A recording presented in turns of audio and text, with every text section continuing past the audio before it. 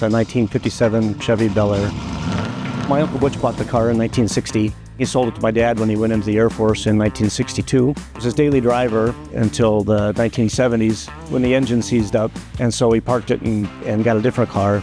I would go out in the summertime and wash the car and wax the car and vacuum out the inside. I just fell in love with the car, and I'd sit inside with the radio on.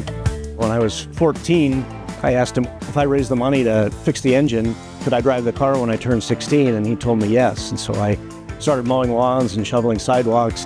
That winter, our furnace went out. I'd saved up $350 at the time, and I said, why don't you take this and buy the furnace? And he said, well, that's not enough, and I just need to sell the car, and I can't take the money from you anyway.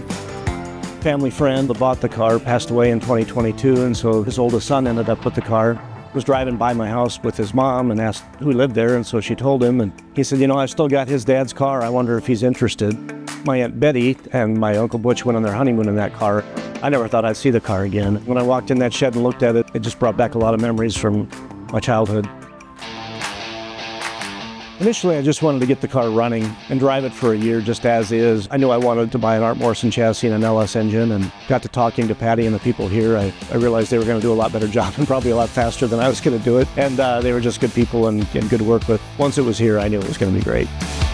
Stevens 57 came to us painted, no glass, no interior, no wiring, no motor, no tranny. He just kind of decided to go all in. The Art Morrison GT frame, uses coilover suspension front and rear, independent front, 9-inch rear. Power disc brakes all the way around so it's safe to drive, cruise control, air conditioning, the digital gauges so they look original. Handles really well, it rides really well, and it's all around a very, very fun car to drive. The sound, it's got a really good cam chop, something you don't expect out of such an elegant car. My goal from the beginning was to make it look original. I also like hot rods, so I wanted it to drive like a hot rod and look like the car I grew up in.